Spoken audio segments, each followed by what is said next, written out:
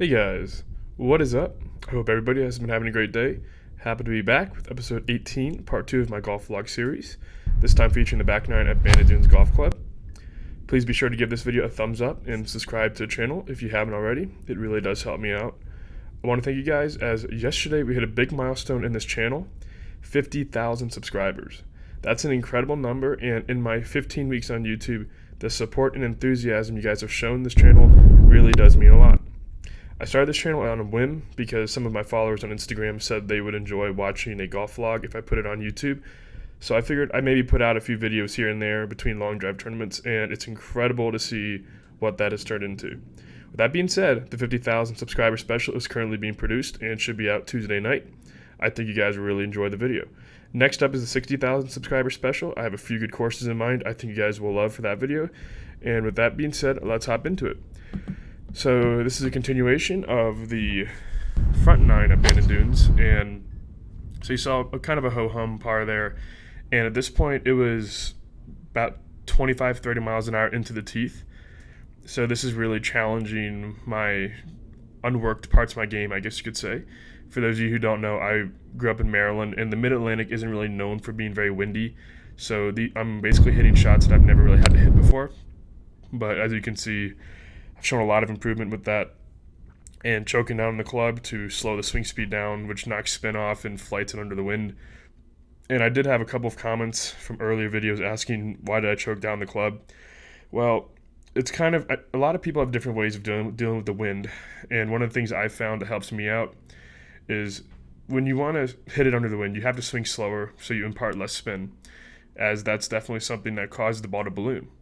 There's a couple ways to do it. However, the way I do it, I choke down the club, which shortens the length of the shaft, which causes the club to swing slower without changing your tempo.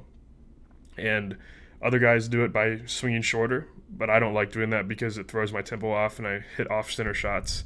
So that's the reasoning behind that. And you can see not a very good bogey right there, especially after the way the first couple shots were.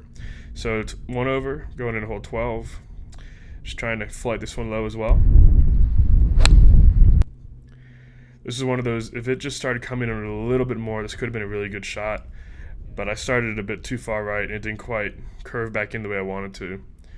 But man, once again, you can see why Bandon Dunes is such an awesome golf course. I mean, these are views you won't get at many other golf courses. And I was fortunate that it stayed short of that high stuff, even though it really wasn't that bad up there either. I did have a really, really tough line. What you can see here is, and this is something a lot of you guys I think could maybe take as part of into your game. So I have a sandy lie here, and it's a very tight lie, and it's a very easy lie to chunk.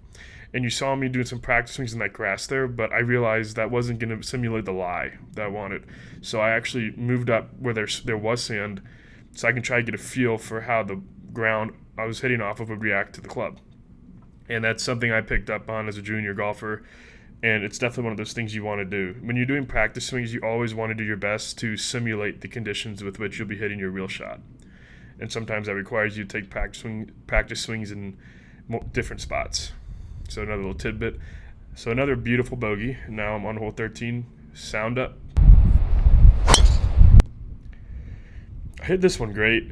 However, I put it in pretty much the one spot I couldn't have put it off the tee, because my caddy and I, we were thinking there's a really tiny hazard down there. Like, it's literally not even more, it's like 10 yards wide, and you can see it right there. It's in the left center of the fairway, and I was like, well, you know what? I don't know if I can get to this hazard. It's like 370, 360. And, well, I caught it pretty well, and I hit into the hazard. Or at least we assumed it because we couldn't find it, so we assumed it was in the hazard. So I had to take a drop. And at this point, nothing's really going very well for me. But you guys get to see a 227-yard 9-iron, which I guess is kind of cool. However, that made it go over the green. I think this rolled out to like 240 plus, according to my TrackMan. And so I had a really tough, not a tough chip, but I just didn't hit a good shot here.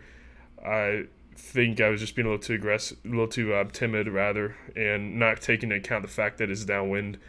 And that's another thing, if you guys are curious to know, the shorter the shot, the more it's going to be affected by the wind, because it doesn't have the speed to cut through the wind like faster shots do. So if you're chipping, and I was doing this all weekend playing at Bandon Dunes, because I'm still not used to the wind the way I should be. If there's a very severe left to right wind or right to left wind, and you have, say, like a 10, 15-yard chip shot, you actually want to aim a couple yards left of the pin if it's a left-to-right wind and vice versa, because the wind will push it more than you realize. And it's not something you really think about until you see the ball being pulled, and you're like, oh man, I should have accounted for that wind. So, and these are all things I'm learning myself. And this is really what's great about doing these vlogs for you guys, is I'm learning so much more about my own game and how to play in different conditions that it's honestly giving me a much more complete game. And here's another thing that I kind of learned from this shot here. So I had 110 yards, and you can see here I took pretty close to a full swing, and look at the spin rate, 10,420.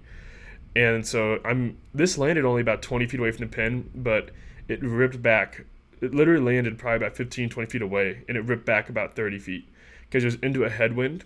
So what happens is when it's into a headwind and you have a lot of spin, the ball is going to be landing almost completely vertical, meaning the landing angle will be close to 90 degrees.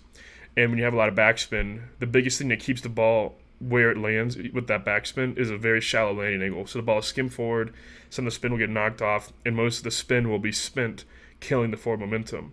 But when you have a very steep landing angle, all that forward momentum is gone, and all you're left with is that backspin, which causes the ball to rip back. And when you have a pin in the back like this and it's a headwind, it's probably best to club up and take a shorter swing to knock the spin off. So that's something else I've kind of learned, and it's taken a few mistakes, but I think I've learned it a little better now. You can see another really beautiful view of kind of the golden hour, the grassy knolls and all that good stuff. So definitely looks pretty cool. Now in the hole 15, another really bad bogey, and this is the game. If I make, I'm just not playing well right now, but I'll show you guys every part of it. So yeah. And again, another really poor shot. Just trying to find, and I think a lot of this was bad vibes. I think there's so much that goes into playing well, and a big part of it is being in a relaxed, positive state. And I think when you start making a lot of bogeys, it gets tougher and tougher to stay in that good state of mind. You can see where my ball was there. I got very fortunate to stop short. I was actually on the next tee box, hole 16. But another really beautiful shot of the beach here. Just really great to be able to look out and kind of see the ocean. And the only good thing about this shot was it was into the wind a bit, so I could really use it as a backstop. And took a pretty big cut at this a la Phil Mickelson. However, it wasn't exactly a Phil Mickelson-esque result. Wasn't terrible, but again, I did not account for the wind moving the ball. And that was all that was. Like, that would have been probably 5-8 feet away just past the pin. But there's like 10 or 15 feet of movement left to right that I didn't account for. And another putt. Thought I hit a good putt, and it just, you can see I'm getting pretty annoyed at myself.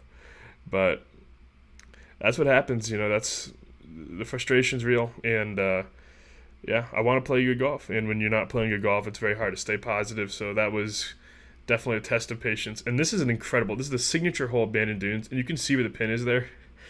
That's probably one of the coolest, scariest, most impressive holes I've ever seen. There is a significantly large bailout area left, so it's not actually that hard of a hole, but it's an absolutely breathtaking hole. And so that's what I did. I took an iron, just kind of pulled it. The wind was down a little bit too, so I was able to just kind of pull it a little bit left over that bunker. And there's plenty of room left, like literally so much room, I couldn't believe it. And so I'm hitting back over that bunker knoll into the green and just trying to kind of stop bleeding and hit a good shot for once and just get back onto the par and birdie train, so to speak. So the tough part about this shot was it was a blind shot, and the green did run away from me a bit, so I didn't really have the ability to stop it the way I wanted to. And luckily the grass did hold up. It barely rolled over the green. It was actually really close to being a great shot. It just kept rolling. And a not so good chip shot. Had a bit of a tough lie, so I caught a little more of the ball than I expected. Looks like I got about 10-12 footer here to save par.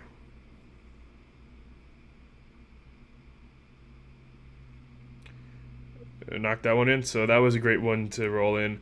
And really study these last couple holes, guys, because this is a great case study in how important it is to have good vibes over the ball. Making that putt really, really actually settled me down. And I hit an absolutely perfect dart up the center here, and this is a pretty tough hole because you have to fit it over the bunker and keep it short of the ravine. I got kind of close to it, but I didn't think I could get there because at Bandon Dunes and any of the courses on the Pacific Northwest, as you get closer and closer to nightfall, the air gets a lot heavier because the spray starts getting kicked up into the air, so the ball will go significantly shorter. So that's something to keep in mind with these conditions. So now I have 123 yards, 50-degree wedge, and this was downwind. So downwind, I would highly recommend you take less club to hit a higher shot, because downwind is basically reversed from the headwind, meaning you want a lot of spin to hold the ball so the ball doesn't kind of kick over the green, versus a headwind where you just want to knock spin off so that the ball is able to more or less stay on the green, stay where it landed. And that's what this is all about, hitting shots in different conditions that are going to stay where they land, because it gives you more control. So now 15-footer here for birdie. And canned it, and you can that felt pretty awesome. And it just goes to show, like when you're feeling good over things, and I'm pretty happy because that was a rough stretch I had earlier in the round. So when you're feeling good about things, you tend to play better, and that's, I guess, my biggest thing I've learned. So sound up again. This was an absolutely perfect drive. A little low on the club speed. It was getting very cold, and I had a bit of a weight actually on this shot, so it was a little tight. But again, just feeling good over the ball now, and just the momentum has shifted. So now I got a 2-iron in from 260. Caught this one a bit thin, but I still thought it would be pretty good. It was a little bit short, and you can see my caddy and I are trying to get in. It was getting pretty dark. So I'm just short right of the hole, just barely stayed out of the bunker. It actually landed halfway up that slope and rolled back down, so I was very close to getting on the green. Had a really good chip shot here, a little bit left of where I wanted to hit it, but it was still very, very acceptable. And so I have about 2.5, 3 feet left here to get my second straight birdie and finish with a 75. And I will knock that one in for a 3 over 75. So I hope you guys enjoyed the video. Please like, comment, and subscribe. And I will see you guys next time.